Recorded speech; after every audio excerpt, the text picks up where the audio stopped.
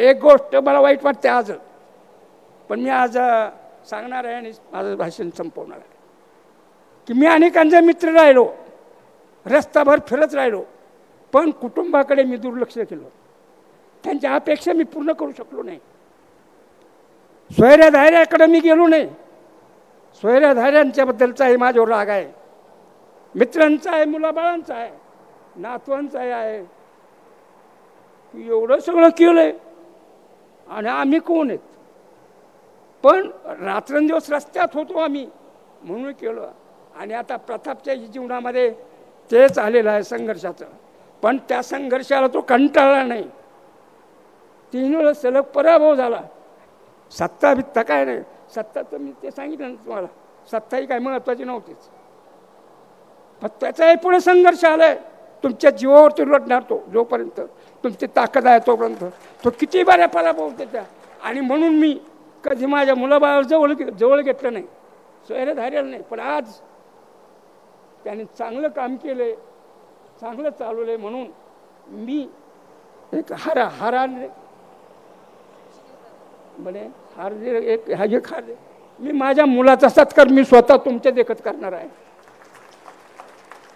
की शेवटी अपयश पचवणं फार अवघड असतं. वेडा होतो माणूस. पण मी त्याला सांगू इच्छितो की लक्षात ठेव,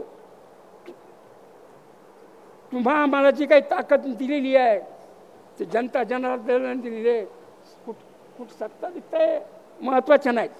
सत्ता ह्या अपयश पचविण्यामध्ये आहेत आणि लोकांच्या प्रेमामध्ये.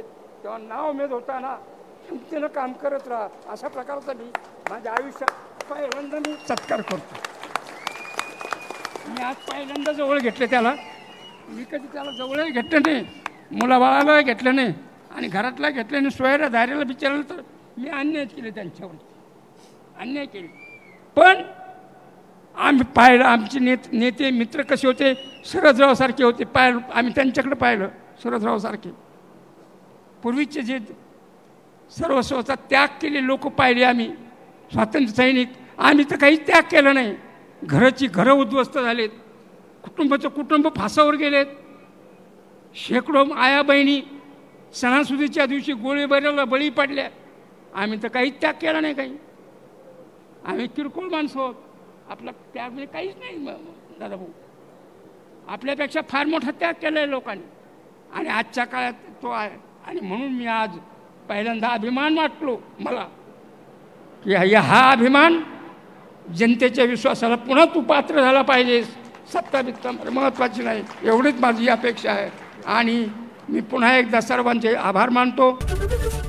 एबीपी माझा, उघडा डोळे बघा नीट.